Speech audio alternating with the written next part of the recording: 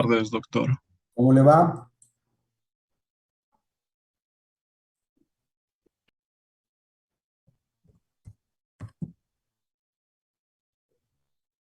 Estamos viendo.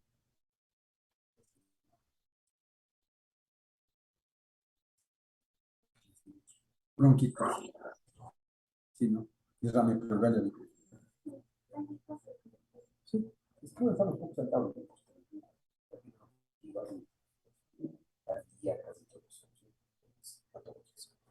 Bueno, ¿qué vimos la última clase, Diana?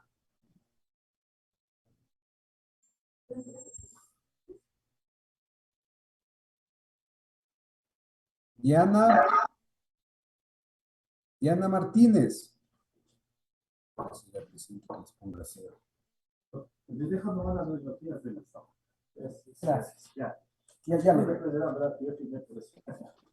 El señor fue está pero de informe me dice nada. No importa, pero ya le chequeamos. Ya, le dejo hablar a usted. Ya, gracias. Vamos a compartir, ¿no?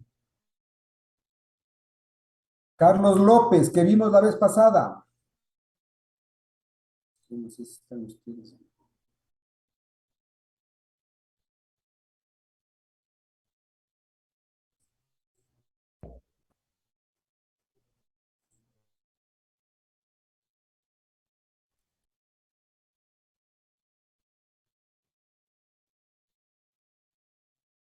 Ya vimos el tratamiento, ¿no? Del neumotórax. Ya habíamos hablado del tratamiento, el tubo, la cirugía en las recidivas. Y habíamos visto todo eso. Ahora vamos a pasar a hablar de bronquiectasias. Si están viendo, por favor, si contestan. Y si Sí, se doctor. ponen, por favor, en la pantalla. Solamente Rodríguez está en la pantalla, el resto no aparece. Naranjo, Joel ya apareció, pero solo la foto. ¿Ah? Ya, perfecto. Bueno, vamos a hablar de bronquiectasias. Acuérdense que habíamos hablado de las enfermedades obstructivas del EPOC y del asma, ¿no? Habíamos hablado. Entonces, dentro de este grupo entran también las bronquiectasias, si bien que tienen características propias. A ver, cada minuto alguien me dice si estoy oyendo, ¿no? Por Ya, favor. doc. Pero si no, no sé qué pasa. ¿Qué son las bronquiectasias? Las bronquiectasias son dilataciones anormales irreversibles de los bronquios. Entonces, lo que un bronquio normalmente tiene un calibre pequeño establecido, en algún momento se dilata anormalmente. ¿Sí? Entonces, estos bronquios dilatados anormalmente se conoce con el nombre de bronquiectasia. Ectasia de los bronquios. ¿De acuerdo? Estas ectasias, estas dilataciones tienen que ser permanentes, irreversibles. ¿Sí? ¿De acuerdo? ¿Por qué se produce? Por la destrucción de la pared. La pared de los bronquios, vamos a decir, está aquí. Los bronquios son de este tamaño. Se destruye la pared, los componentes elásticos de la pared por algún proceso inflamatorio, destructivo, y los bronquios se quedan dilatados, así gordos. Y aquí se va a acumular secreciones. Nos va a dar lugar a la sintomatología de las bronquiectasias. ¿Sí? La incidencia y prevalencia de las bronquiectasias ha disminuido. ¿Por qué? Porque tratamos adecuadamente las infecciones agudas con antibióticos, con profilaxis, etcétera, lo que hace que estas aparezcan menos. ¿Por qué? Porque la mayoría de bronquiectasias son secundarias a infecciones pulmonares sin tratamiento. Yo tengo una neumonía, una bronconeumonía en el pulmón, aquí una neumonía chiquita. No le doy tratamiento, se puede curar, pero me deja cicatrices y lesiones en los bronquios. Actualmente eso ya no sucede porque hay una infección pulmonar y habitualmente le tratamos precozmente. Por eso la incidencia ha disminuido. ¿Qué quiere decir esto? Que antes había más bronquiectasias diagnosticadas que ahora. Ya, encontramos menos. Pero, en cambio, que la prevalencia también puede incrementarse si diagnosticamos tempranamente por mayor diagnóstico. Entonces, no sospechamos de bronquiectasias, no diagnosticamos. Si sospechamos, vamos a hacer diagnóstico y tenemos también incidencia aumentada. Se considera la bronquiectasia una enfermedad huérfana por abandono científico y comercial. Si un paciente que tiene bronquiectasias, bronquiectasias no más tiene. ¿Ah? En cambio, ¿qué pasa si tiene COVID? Todo está alrededor del COVID, ¿no? El COVID por aquí, el COVID por allá. En cambio, esto es una enfermedad huérfana, curiosa, de secuelas. Pues, como todo, como tiene flemas, es una enfermedad así. ¿De acuerdo? ¿Sí me oyeron? Y ved.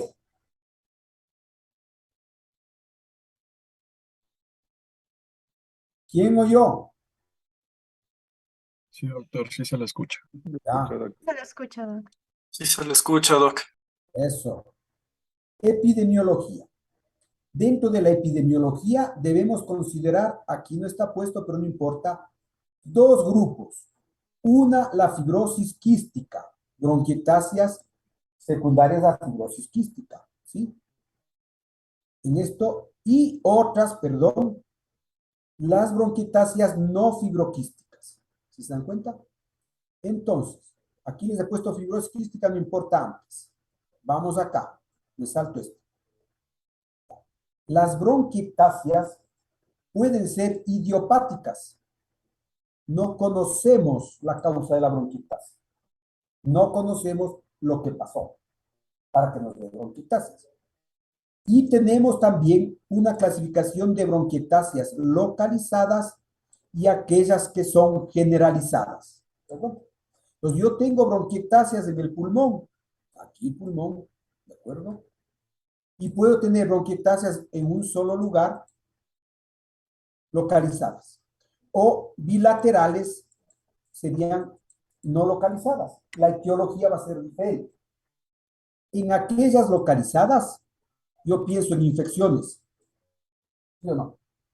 Una infección, por ejemplo, una tuberculosis, una neumonía, un hongo, que me dejó como secuela la bronquiectasia.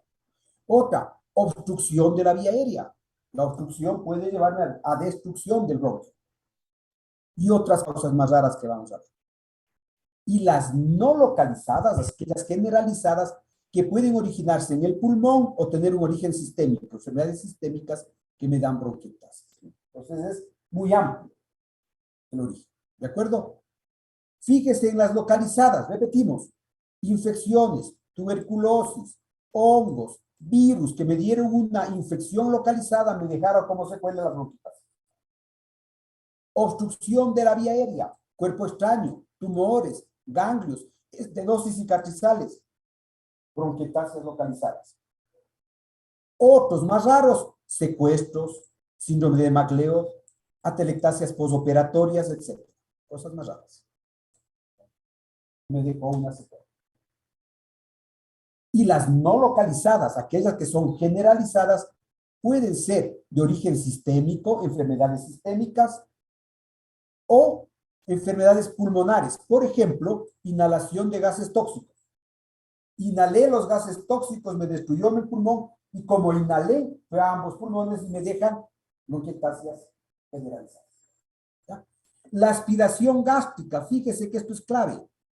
El reflujo gastroesofágico, lo que yo aspiro en la noche a mis pulmones, me puede dejar bronquiectasias bilaterales.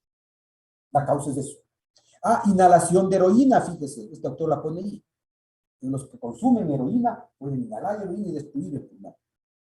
Otro, en infecciones multifocales, ¿no? Una neumonía necrotizante multifocal. En el asma, fíjese, el asma, especialmente aquella que cursa con aspergilosis, puede tener bronquiectasis. Y tenemos asma asociada a bronquiectasis. Todas estas son de origen pulmonar. Y otras enfermedades sistémicas que cursan con bronquiectasias bilaterales. Dentro de estas, la más importante es la fibrosis quística que pusimos las diapositivas anteriores. ¿Sí? Fibrosis quística, que es una anomalía en el transporte de sodio a nivel de las glándulas, porque me da secreciones muy espesas. Y esto conlleva un daño en los bronquios.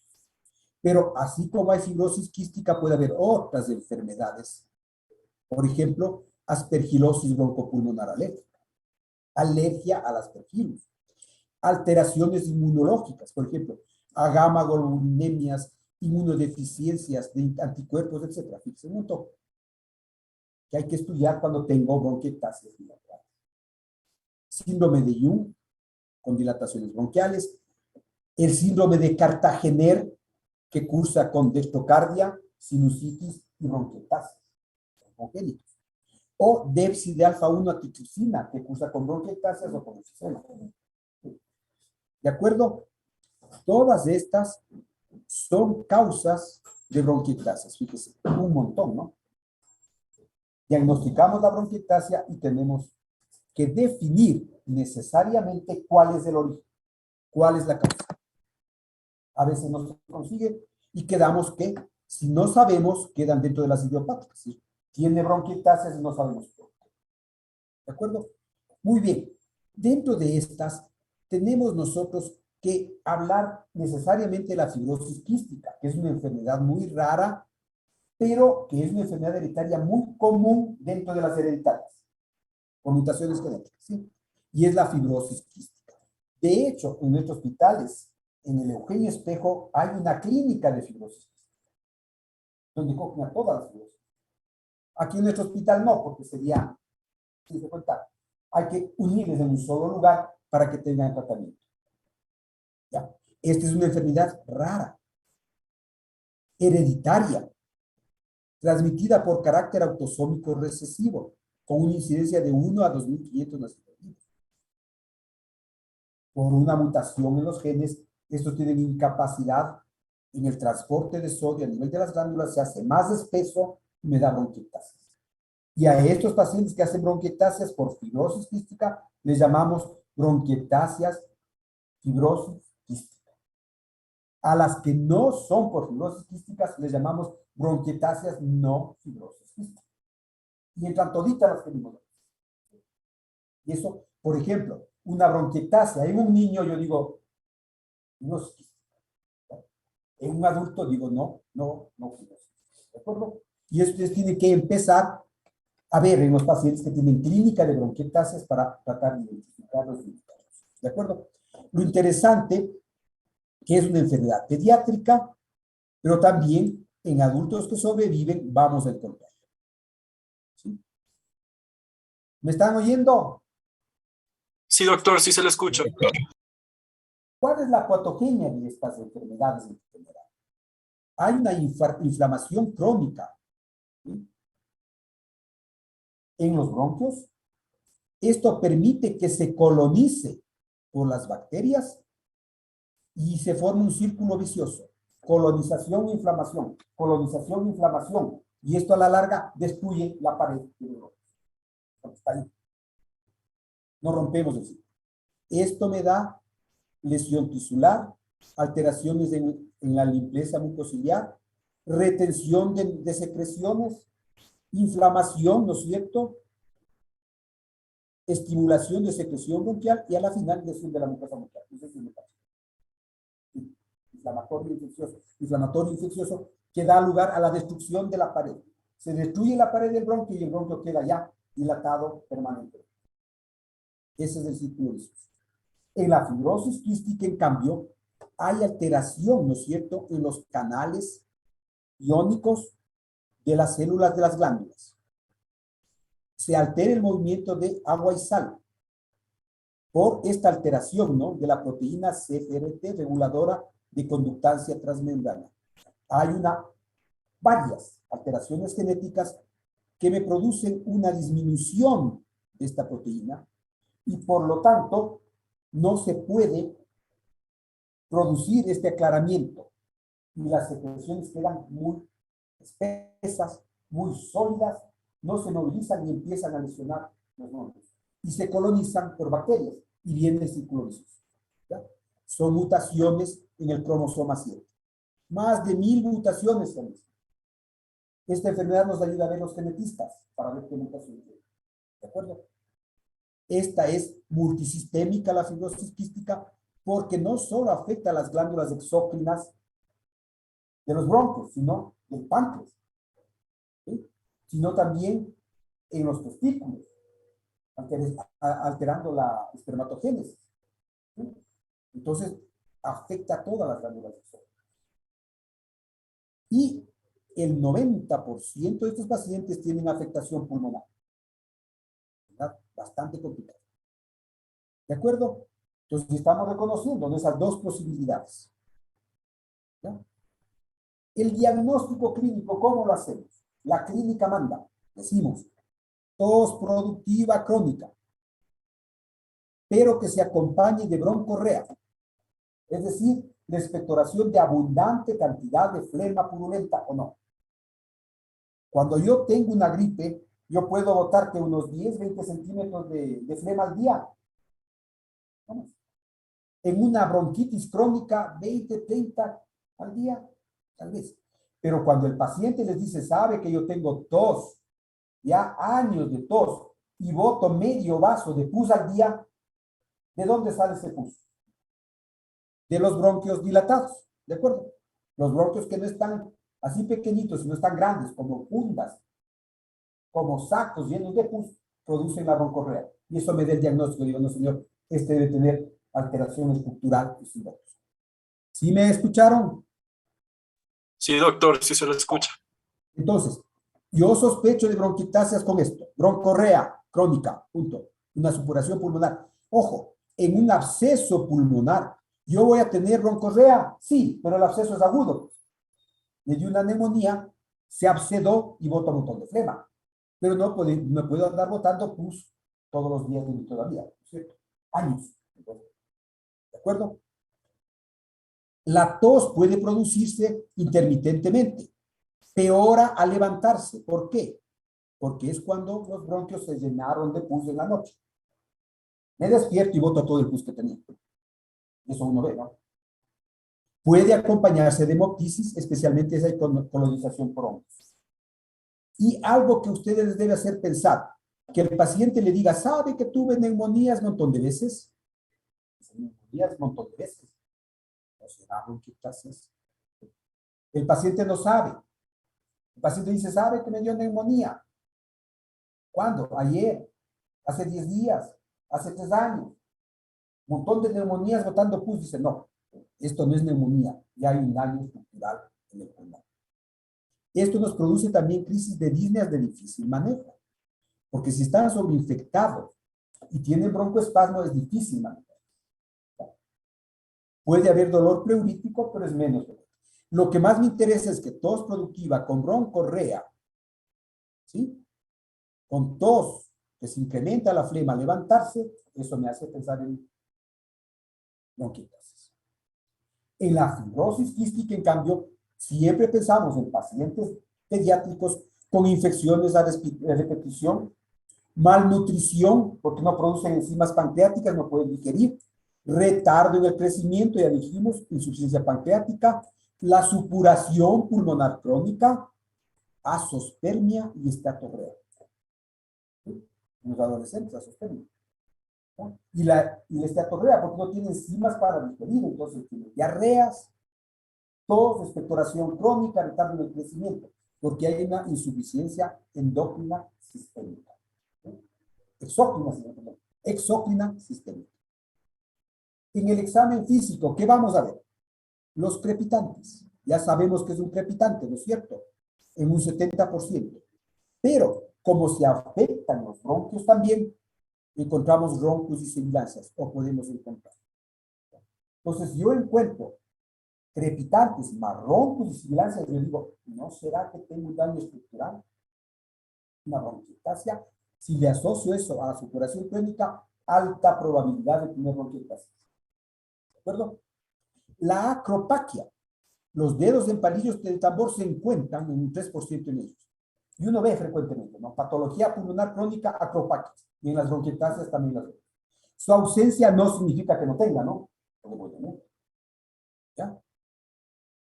Por imagen vamos a diagnosticar. Y tenemos la radiografía de tórax y obviamente la tomografía. Ponemos broncografía como historia, ¿no? Ya no hacemos. Hacemos 3 radiografías de broncografía. Ya no se hace. Es muy agresivo meter un método de contraste en los bronquios, ¿no? Antes lo hacíamos. Bueno, yo no sé. anterior a mí. ¿Ya? Entonces, en la radiografía de tórax, yo ya les mostré imágenes que nos hacen sospechar de bronquitas. Con la clínica, obvio, ¿no? Este infiltrado heterogéneo en un segmento pulmonar. ¿Sí? Yo digo, es una bronconeumonía, pero qué raro que tenga bronconeumonía que me dure 3 años. ¿No serán bronquios localizados? ¿Sí? O infiltrados bilaterales con engrosamiento de las paredes bronquiales y les vemos redonditas, ¿no? ¿No serán bronquios aquí? Y bilaterales, entonces tienen bronquiectasias bilaterales, pueden ser sistémicas, ¿de acuerdo? También podemos ver infiltrados segmentarios con atelectasia, ¿no? Pero es menos frecuente. Adenopatías.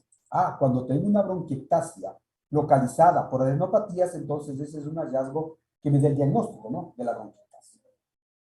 Y también podemos tener hiperinsuflación pulmonar, especialmente en la fibrosis. Pulmones grandes, distendidos. ¿Ya? La broncografía constituía en meter medio de contraste en los bronquios para ver si están dilatados. Si metíamos si está dilatado el bronquio, pero el estándar de oro de diagnóstico es la tomografía, donde yo puedo ver el tipo de bronquiectasias, su localización, ¿sí? Si están llenas de moco o no, etc. ¿De acuerdo? Ahí tenemos unas bronquiectasias. Difíciles ver, aparentemente, pero fíjese aquí como tengo un infiltradito, que parece una bronconeumonía. Áreas aireadas y consolidadas, ¿sí vemos? Y aquí le vemos más, vean. Yo digo, qué raro, este paciente viene tosiendo y botando flemas y me encuentro esto. Y aquí me encuentro estertores, roncos. ¿No será una bronquiectasia? Pero repito, la clínica es la que me manda. ¿Ya? Vea la broncografía. Yo ya les mostré esto, ¿no? Sí les mostré. Aquí está la sonda en el bronquio, metido. Mete el medio de contraste y vea cómo están dilatados los bronquios. Hecho el diagnóstico. ¿Listo? Y esto es del escáner. La tomografía. Hago la tomografía y puedo apreciar cómo los bronquios están dilatados. Fíjese aquí. ¿Sí? Bronquios dilatados, esto se llama en riel de tren. ¿Qué parece, no? Vean. La pared gruesa dilatada. Y aquí noten en este bronquio cómo aquí hay impactación de moco. Está lleno. ¿Sí ven? Ya no veo el riel de tren. Aquí está el riel de tren y acá ya no veo. Está lleno de moco. Y a veces la impactación es tan grande, fíjense en aquí, que veo todo esto como una masa. Esto es lleno, un bronquio lleno de secreción.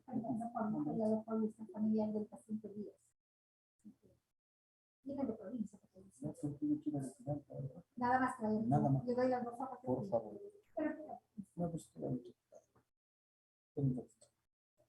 ¿Ya? ¿De acuerdo? Entonces tenemos esto. Fíjese la dilatación del bronquio lleno de pus. Que no siempre le voy a ver así. Cuando está lleno de pus, le veo así. Fíjese otra, ¿no? Vea, aquí lleno de pus, los bronquios. Dilatados aquí, acá también, bilaterales. Vea estas bronquiectasias. Llenas, algunas de secreción y otras dilatadas. Todo esto es el bronquio dilatado. No debería ser así. Son bronquiectasias quísticas. Aquí tenemos otra, vea, impactación mucoide aquí. Y las otras bronquiectasias bilaterales. Es más elemental, ¿no? Ese diagnóstico, pero la tenemos. Ahora bien, nosotros tenemos que ver la causa de la bronquiectasis y vamos a tener algunas pistas. Si tiene broncoespasmo asociado y crisis de disnea, pensaré en asma asociada a bronquiectasia, ¿sí o no? ¿Ya? Pensaré en aspergilosis broncopulmonar alérgica y pensaré en reflujo, porque el reflujo me puede producir crisis de bronquiectasia. Pues ya está, ¿no? Claro. Tengo bronquiectasias sistémicas y el paciente me hace crisis como de asma, que digo asma asociada a bronquiectasia o aspergilosis broncopulmonar alérgica. Y el reflujo. ¿Qué tengo que pedir? IgE para ver si hay alergia, pruebas cutáneas para aspergillus, etc. O un lavado para identificar si hay aspergillus. Vamos a poner que sea aspergilosis. Tengo que tratar el aspergillus para que no se colonice. ¿Ya? Si tengo bronquiectasias que no tiene clínica de broncoespasmo, entonces no es asociada a broncoespasmo y es un paciente joven o niño, tengo que hacer un test de sudor para ver si es fibrosis quística. ¿Ya? O determinar alfa-1 antitrypsina si es joven también, porque son congénitas, sea por bronquiectasias fibroquísticas o por deficiencia de alfa-1 antitrypsina. Y también dosificar inmunoglobulinas pensando en deficiencias de inmunoglobulinas, para ver cuál fue la causa de la bronquiectasia. ¿De acuerdo? Ya. Entonces, por ejemplo, en la aspergilosis broncopulmonar alérgica, yo veo si tiene antecedentes de asma, si son bronquiectasias centrales y si tiene test cutáneos positivos aspergilos. Ya tengo el diagnóstico. ¿De acuerdo? Vamos haciendo el diagnóstico de acuerdo a lo que voy sospechando. Si tengo déficit de alfa-1 antitrypsina, ¿sí? Se produce disnea temprana, enfisema y antecedentes de deficiencia de alfa-1 antitrypsina. Entonces, enfisema más bronquiectasias. Y en paciente joven, yo pienso en déficit de alfa-1 antitrypsina y tengo que determinar el alfa-1 antitrypsina. ¿De acuerdo? Si pienso en fibrosis quística, ¿no? Jóvenes, voy a ver, tiene broncorrea, sinusopatía, antecedentes familiares de bronquiectasia y fibrosis quística, y las bronquiectasias son de predominio en lóbulos superiores y laterales. Un niño, un adolescente, bronquiectasia del lóbulo superior, más otros síntomas, no se me debe ser fibrosis. ¿De acuerdo? Tengo que cultivar el esputo para ver si no está colonizado por pseudomonas. Se coloniza. Y ahí es difícil el tratamiento. Y tiene también insuficiencia pancreática y en los adolescentes puede ver ya azoospermia obstructiva, con disminución del estilo. Ahí, ¿qué hacemos nosotros? Test de sudor. Como hay alteración en el transporte de sodio, en el sudor se ve, en este test con pilocarpina se hace sudar, se mide cuánto tiene de sudor, y literalmente nos sale un sudor salado. ¿Sí? Más de 60 mil equivalentes de cloro en el sudor y nos dice es positivo y es fibrosis. O también hacemos un estudio genético, ¿no? Que nos muestre las mutaciones del gen en el cromosoma 7 que nos diga que es fibrosis. Si se dan cuenta de lo que estamos queriendo que ustedes vean, cuando sospechen de bronquiectasias, orientar al paciente para ver a dónde le enviamos para estudiar. Entonces, no es que un paciente con bronquiectasias, pobrecito, tienes neumonías a repetición, un ratito. Parece bronquiectasias, derivemos, ¿no? Derivemos. ¿No será fibrosis quística? Va al neumólogo, al genetista, etcétera, para ayudarle al paciente. Porque si no, nosotros vemos estos pacientes abandonados, tratados de neumonías a repetición en todo lado. Va a su centro de salud X, toma por tu neumonía. Va al otro hospital, toma por tu neumonía. Y nunca les llegamos al diagnóstico. ¿De acuerdo? ¿Ya? En disinencias biliares, por ejemplo, síndrome de Cartagener, típico, ¿no? Broncorrea, sinusopatía, alteración de motilidad espermática, y lo que tenemos es dextrocardia. Es raro, pero sí lo podemos ver. ¿De acuerdo? Síndrome de Jung, por ejemplo, broncorrea, sinusopatía, azoospermia. Y déficit de inmunoglobulinas, ¿no? Son causas más raras de bronquitis. ¿Sí? Monier-Kuhn es otro síndrome. En el Monier-Kuhn nosotros tenemos una traqueobronquiomegalia, ¿sí? Con una tráquea de más de 3 centímetros y con bronquitis. Síndrome raro, pero que lo encontramos. Aquí tenemos, ya les demostraba lo que venga a la práctica, me hacen acuerdo. Un Monier-Kuhn que tenemos aquí. ¿Ya? Es raro, pero que les captamos. Son raros, ¿no? Lo más frecuente son bronquiectasias secundarias a infecciones y seculares, también secundarias a asmas, y más raro, fibrosis, ¿no? Más raro. Lo importante es que se generen ustedes que la atención, ¿no? De que tenemos pacientes. No todos son EPOC, por favor. No todos, que todos, un gatito. Tiene broncorrea, pues es lesión estructural. El diagnóstico funcional. La espirometría nos puede mostrar un trastorno obstructivo o a veces mixto. Con obstrucción, ¿sí? Y a veces que mejora, ¿no? ¿Sí? Nos puede mejorar con los broncodilatadores indicando asma, ¿no? Tratamiento paliativo, porque no podemos eliminar las bronquiectasias.